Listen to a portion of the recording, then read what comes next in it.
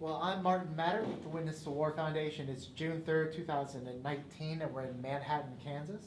Sitting with Mr. Bill Stamey, S-T-A-M-E-Y, served in the United States Army Air Corps in the Weather Service. How are you doing today, Bill? I'm doing just fine, thank you. Glad to hear it. Thank you so much for joining me this afternoon. Glad to do so. My first question is, where are you from originally? Well, I grew up, I'll start over again. I was born in Chicago, Illinois, but I spent my entire life in Denver, Colorado. Went to school there, graduated from high school, entered college at what is now the University of Northern Colorado, and went from there into the service when I was a junior. Now tell me about your family. What were they like? Well, I had 4 sisters and a brother, and I'm the only survivor now. And we grew up in Denver. Were they all older than you? One sister was older, four. I had a brother and 4 sisters, and they were all younger. And what did your parents do for work? Pardon? What did your parents do for work? Well, my father was an accountant, and my mother was a housewife. And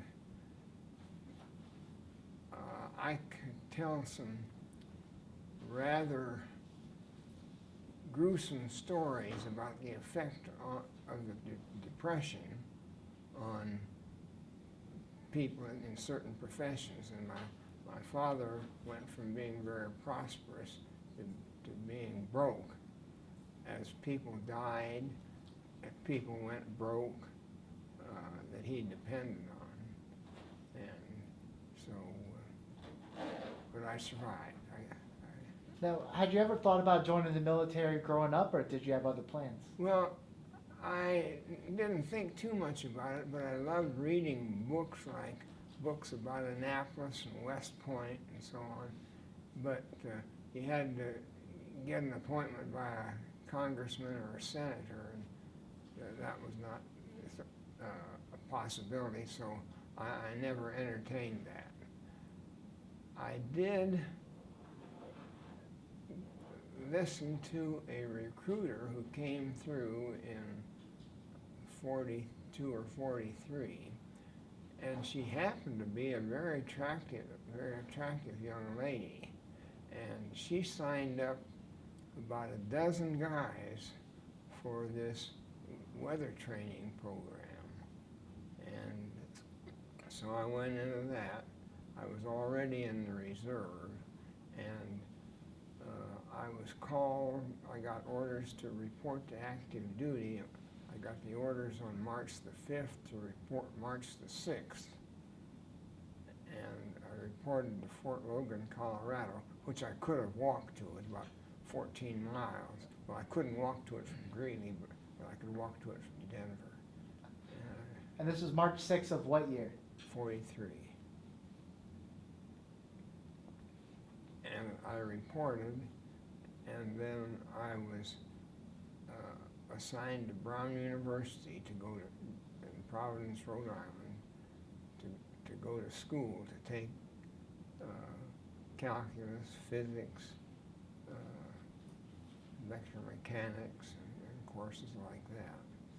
And at the end of 6 months, we graduated, and I was sent to Chanute Field, Illinois, as an aviation cadet to go to weather class. And that was an 8-month program. Now, how'd you end up in a weather class? Because I had applied for that. And what made you interested in the weather? Well, it was partly because it would lead to a commission, partly because it required science and mathematics, and those were my principal interests. And it was something I could qualify for, and I thought that this would be better than going in as a private. I knew I was going to go in. And so you're at Chanute Field learning for 8 months. Yeah. What was that like? Well, that was rigorous because we had to qualify for all the basic training requirements, and so we went on bivouacs. And we went on one bivouac, I remember, right at the end of the runway, and there were B-17s taking off there all night long. And I survived, but it was interesting. But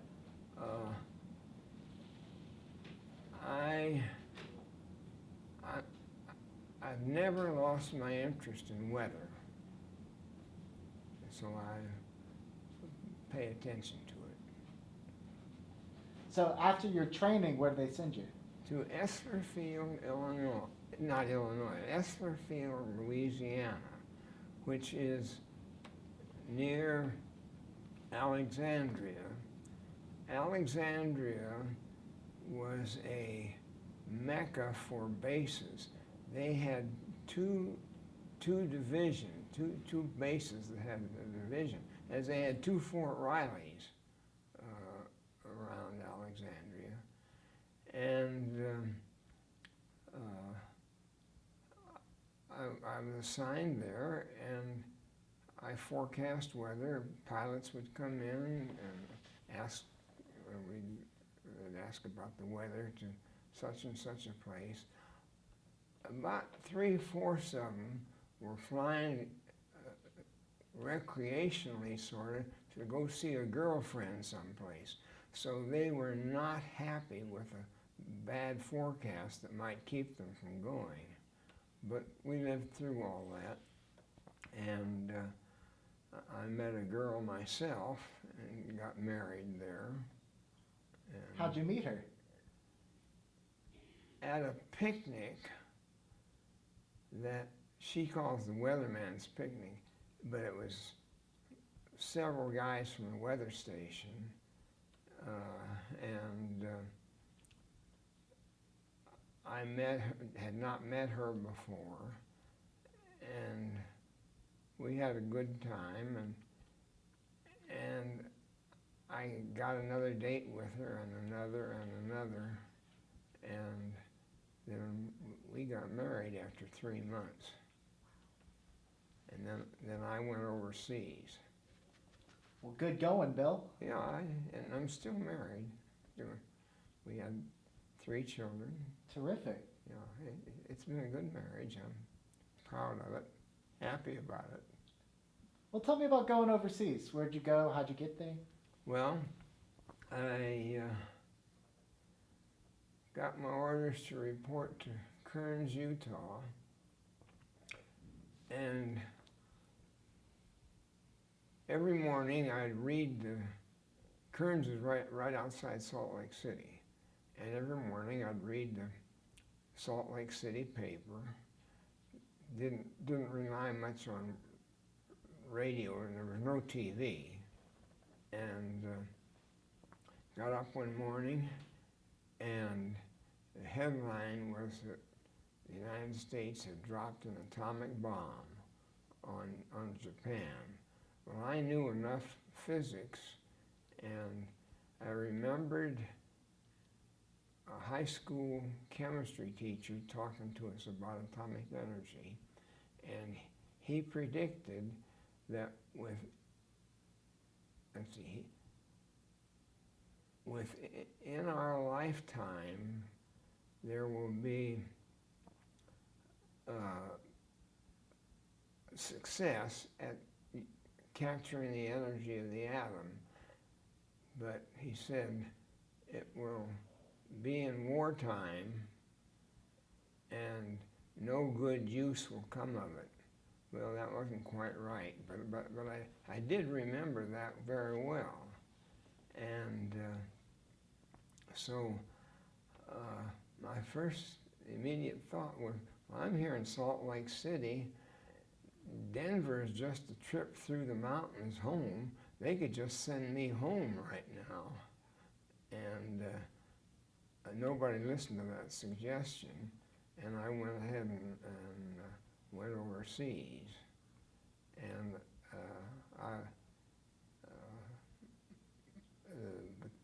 my wife, I was now married to her, worked at Essler Field for a while, and then they were closing down the base. She was sort of assigned to closing down the base, and this was not something she wanted to do, to drive out to an empty air base, and she didn't have a car, drive out to an empty air base every day. So she resigned the position and went 50 miles north to her home in Winfield, and she was an only child, and her folks gladly accepted her back, and she waited for me. And after a year, I got home and went and took advantage of the GI Bill. Went back to school at Greeley, where I Terrific. got a bachelor's degree, and then went to the University of Missouri for graduate work.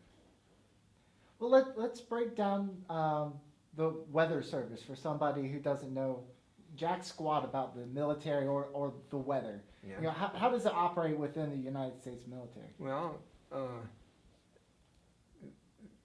there were weather stations. They were open weather stations, particularly at any air base, and we would make daily forecasts. And a pilot wanting to take a trip would come into the weather station and get a weather forecast, and then present that to the operations officer, who would decide whether that was suitable, the weather was suitable for wherever he was going to go. And I thoroughly enjoyed it. Now, I oftentimes go to work at 4 o'clock in the morning, and I was in the military. The weather station would send a corporal or an enlisted man with a jeep to the officer's quarters, wake me up, wait while I got dressed, because the weather station was clear across the base, and I didn't have transportation, but he'd take me, and then I'd prepare the morning maps and the morning forecast, and then about maybe 6 o'clock, pilots would start coming in, wanting to go places, and I and others would prepare forecasts for them. Almost always, where they were going, there was a girl involved, and so they hated it when a forecast was such that they couldn't go, and they blamed me. But anyhow, that didn't happen often. It was, I enjoyed it, and I still am interested in the weather. Just more so than I would be if I had not had that experience. Were there any big storms that you remember? Well, there was a hurricane in the Gulf just after I left. But I'd been given the assignment to prepare a telephoning routine to notify all of the military services in Louisiana and Mississippi. Well, I thought that'd be easy. I'd just get a list of them, but nobody would give me a list. That was classified material. So I looked at newspapers and kept, every time I'd hear of a base, I'd make a note of it. And it turned out in Louisiana and Mississippi there were 52 bases or something like that. And then I turned it over to my successor and went on to Kearns, Utah to get ready to go overseas. And a hurricane did come in Louisiana, and every base in Louisiana and Mississippi was adequately notified, and my successor got a letter of commendation from a general. And all he did was take my list and get somebody to call. Anyhow, but I was glad of that. I had accomplished what I was supposed to do. And then when I went overseas, the atomic bomb was dropped while I was on my way, and the war ended. And so then there was no weather forecasting to do. There was Let me ask you, did the dropping of the atomic bombs affect the weather in your recollection? No, I don't think so. It affected local weather. It could have caused minor showers because of the uplift, but I never thought of that question before. But I was so sure that the war was going to end that I felt optimistic. Well, it turned out that what I was expecting to do if I had to stay was to be assigned to a weather station and do weather, but the weather stations already were manned, and I found myself in charge of all weather communications for the whole Pacific Ocean. And it was just happenstance. Somebody had to do it, and I was assigned about 20 airmen and 30 sailors, and they did all the work. And it was a good enough arrangement, but I was anxious to get home. But it turned, it was a responsible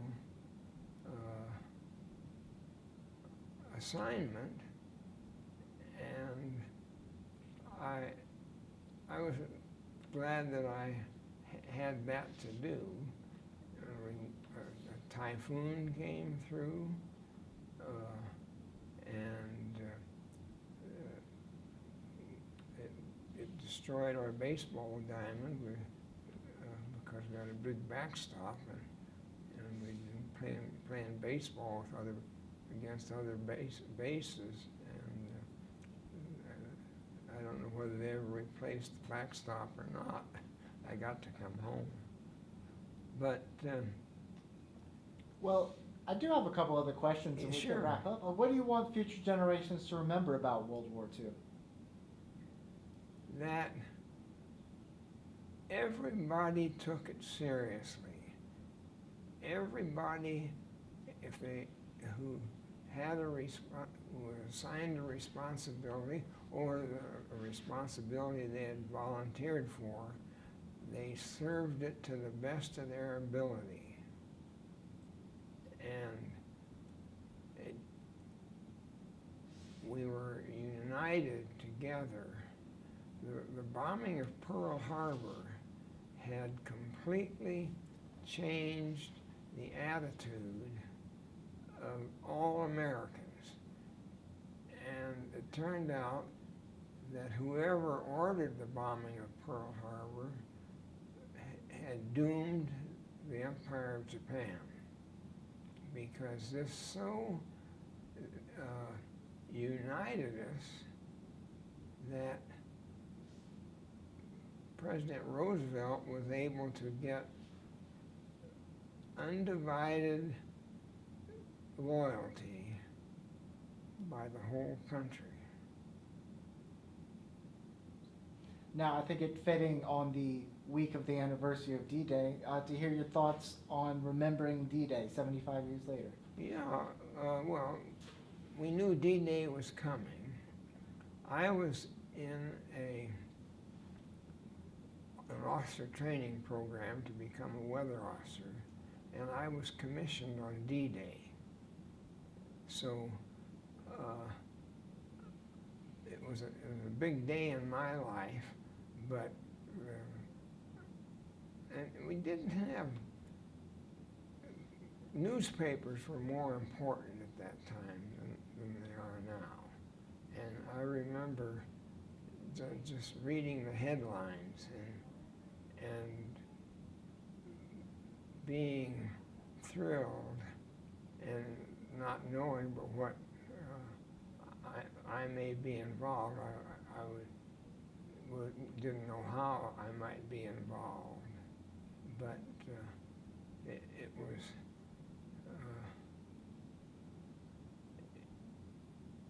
in a way it was great to be alive, but you didn't know when that might come to a sudden and abrupt end. Now, did you ever have any experience meeting, seeing General Eisenhower or President Eisenhower?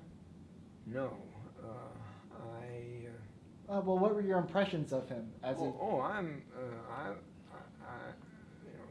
can't be anything but well impressed by General Eisenhower. He led the invasion, and he was a good man, a patriot, a graduate of West Point, and I can only have great feelings about him. And since I'm a Kansan now, I'm proud that he was a fellow Kansan. And lastly, you have the last word. If you have any final thoughts, words of advice, final statements for anybody watching this in the future.